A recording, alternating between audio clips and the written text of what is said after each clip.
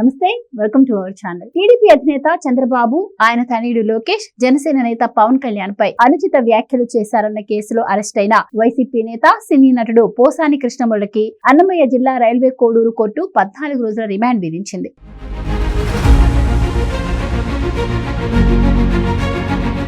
గురువారం రాత్రి 9:30 గంటల నుంచి ఇవాళ ఉదయం 5 గంటల వరకు ఇరు పక్షాల మధ్య సుదీర్ఘంగా వాదనలు కొనసాగాయి. పోసాని తరపున పొన్నవోలు సుధాకర్ రెడ్డి వాదనలు వినిపించారు. బిఎన్ఎస్ చట్టం ప్రకారం పోసానికి 41A నోటీసులు ఇచ్చి బెయిల్ ఇవ్వాలని పొన్నవోలు కోర్టును కోరారు. అందుకు నిరాకరించిన మేజిస్ట్రేట్ 14 రోజుల వరకు రిమాండ్ విధిస్తూ ఆదేశాలు జారీ చేసింది. దీంతో పోసాని మార్చి 12 వరకు రిమాండ్ లో ఉండనున్నారు. పోసాని కృష్ణమురళిని కడప కేంద్ర కారాగారానికి తరలించే అవకాశం ఉంది. అన్నమయ్య జిల్లా ఓబులవారిపల్లె మండలం కోర్లకుంట మాజీ సర్పంచ్, జనసేన నేత జోగినేని మణి ఈ నెల 24న పోసానిపై పోలీసులకు ఫిర్యాదు చేశారు.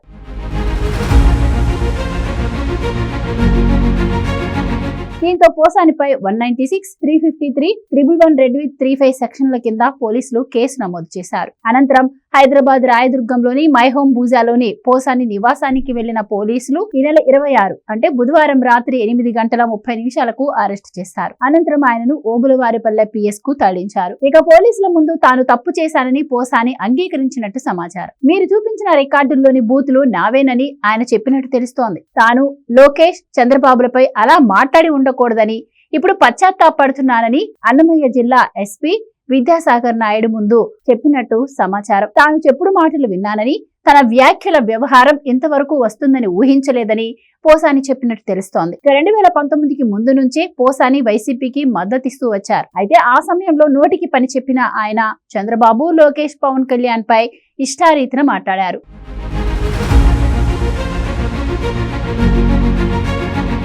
అయితే 2019లో వైసీపీ అధికారంలోకి రావడంతో పోసానికి ఫిల్మ్ డెవలప్మెంట్ కార్పొరేషన్ పదవి కట్టబెట్టింది వైసీపీ. అయితే పదవి వచ్చిన తర్వాత కూడా పోసాని హుందాగా ప్రవర్తించలేదు. బూతులతో రెచ్చిపోయారు. ఇందుకు సంబంధించిన వీడియోలు ఇప్పుడు సోషల్ మీడియాలో వైరల్ గా మారాయి.